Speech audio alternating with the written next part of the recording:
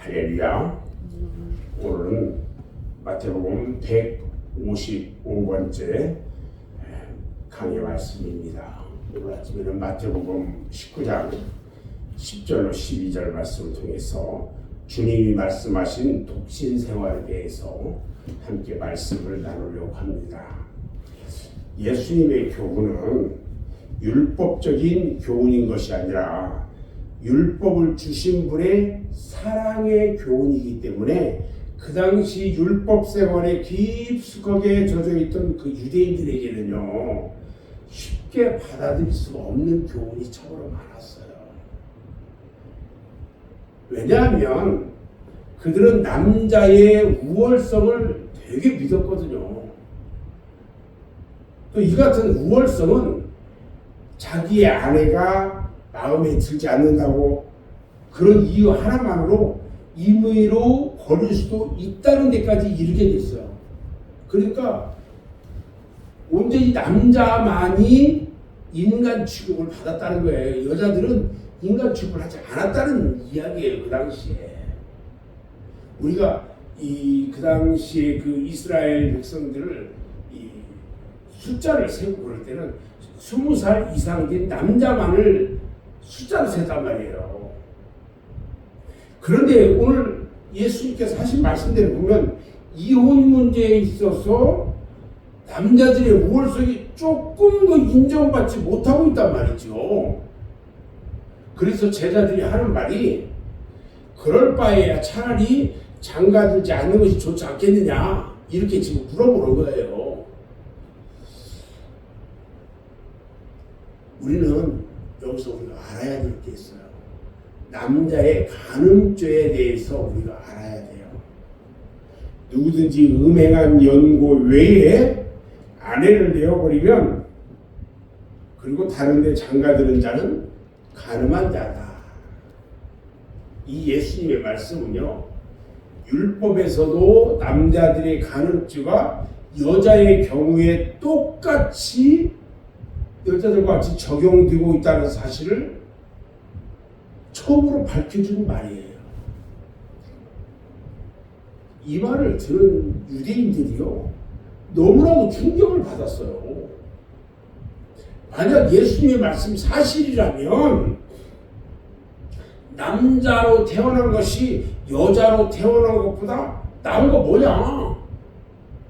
남자의 우월성이 하나도 없지 않느냐? 이거예요, 지금.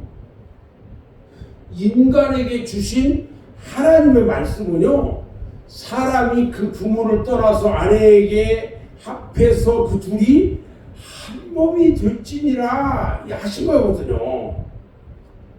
이 같은 부부간의 결합은요, 간음한 연고 외에는 사람이 나눌 수가 없다고 그랬어요.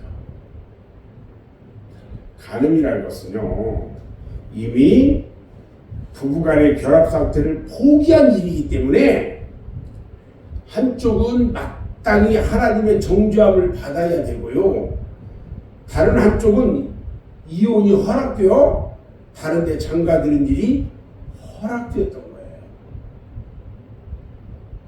우리는요, 혼자 살아야 되는 독신생활, 이 독신생활에 대해서 세 가지 경우를 우리는 알아야 돼요. 차라리 장가들지 않는 것이 좋겠다고 말하는 제자들에게 우리 예수님께서 세 가지 경우의 남자들의 독신생활 가능성에 대해서 말해줘요. 첫 번째는 어떤 경우가 독신생활이냐? 엄마의 태로부터 난 고자. 고자가 뭐예요? 생식기가 불완전해서 남녀간의 성생활이 불가능한 상태의 남자를 가리켜요. 이런 남자는 장가를 들 수가 없잖아요. 두 번째 경우가 있는데요, 고자 중에는요, 사람이 만든 고자도 있다는 거예요. 이들도 역시 성 기능이 불완전하기 때문에 남녀간의 결합을 이룰 수가 없어요. 이들도 장가들 수 없도록 타고난 사람들이에요. 사람이 만든 고자는요, 신체적으로 거세진 사람을 의미하는 거거든요. 이 같은 경우에는 두 가지 경우를 들 수가 있는데, 하나는 평소에 어떤 사건을 계기로 해서 생식기관이 상했어. 그래서 고자가 된 거예요. 레위기서 21장 20절로 21절 말씀을 보면 이렇게 말씀하고 있어요. 곱사등이나 난쟁이나 눈에 백막이 있는 자나 교혈병이나 거짐이 있는 자나 불알 상한 자나 제사장 아론의 자손 중에 흠이 있는 자는 나와 여호와의 화제를 드리지 못할지니 그는 흠이 있은즉 나와 하나님의 식물을 드리지 못하느니라. 이렇게 말하고 있어요. 여기서 불알 상한 자가 나오는데, 이것은 평소에 입은 상처로 고자가 된 사람이에요. 그리고 또 한 가지 고자의 경우인데, 사람이 손으로 고의적으로 고자를 만드는 경우예요. 열왕기하 20장 38절 말씀을 보면 이런 말씀이 있어요. 또 왕의 몸에서 날 아들 중에서 사로잡혀 바벨론 왕국의 환관이 되리라 하셨나이다. 이렇게 기록되어 있어요. 이 말씀에서 나타난 대로 왕국의 환관을 삼기 위해서 패전국의 왕자 중에서 인위적으로 고자를 만들었던 거예요. 이 같은 고자들은 장가가지 못할 자로 타고난 사람이에요. 그 다음에 세 번째 경우가 있는데, 천국을 위해서 스스로 고자된 자도 있다고 하셨어요. 이 사람들의 경우는 그 동기가 매우 숭고한 겁니다. 그런데 여기서 스스로 고자가 되었다는 말이 거세를 말하는 거냐, 아니면 신체적 고자에 대한 하나의 비유적 표현이냐, 이거에 대해서 사실은 논란이 많아요. 그런데 우리가 성경에 기록된 내용으로 그 말씀을 고찰해 본다면, 이것은 하나님 나라를 위해서 사람이 만든 고자가 아니다. 그리고 스스로 된 고자라고 말씀하신 것에서 극기 생활에 어떤 특별한 은사를 받은 성도의 금욕 생활을 의미한다. 그러니까 경건하고 거룩한 삶을 위해서 스스로 이 금욕 생활을 한 그런 경우라고 보아야 한다. 이런 거예요. 바울은 이 같은 생활이요, 하나님께 받은 자기의 은사라고 말했거든요. 고린도전서 7장 6절로 7절 말씀을 보면 사도 바울이 이렇게 말해요. 그러나 내가 이 말을 함은 권도요 명령은 아니라 나는 모든 사람이 나와 같기를 원하노라. 그러나 각각 하나님께 받은 자기의 은사가 있으니 하나는 이러하고 하나는 저러하니라. 사도 바울이 장가를 가지 않았잖아요. 오직 하나님 앞에 신부로서 드려졌단 말이에요. 자기 몸을. 주님을 위한 독신 생활은요, 두 가지 모양으로 나타나 있어요.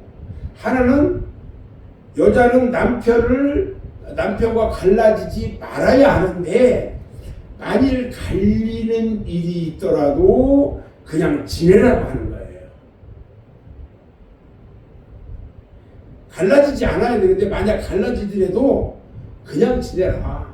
이런 독신 생활은 사명받은 자가 아니면 사실은 어려워요. 또 하나는요, 주님을 위한 사명감으로 한평생을 독신으로 지내는 경우예요. 왜냐하면 남녀 간에 서로 결혼을 하면 자연히 아내는 남편을 위해서, 남편은 아내를 위해서 무엇을 할 것인가 하고 마음이 갈라지게 됩니다. 그래서 한 마음으로 주님을 섬기는 일에 지장이 있기 때문에 충성할 수가 없다는 거예요.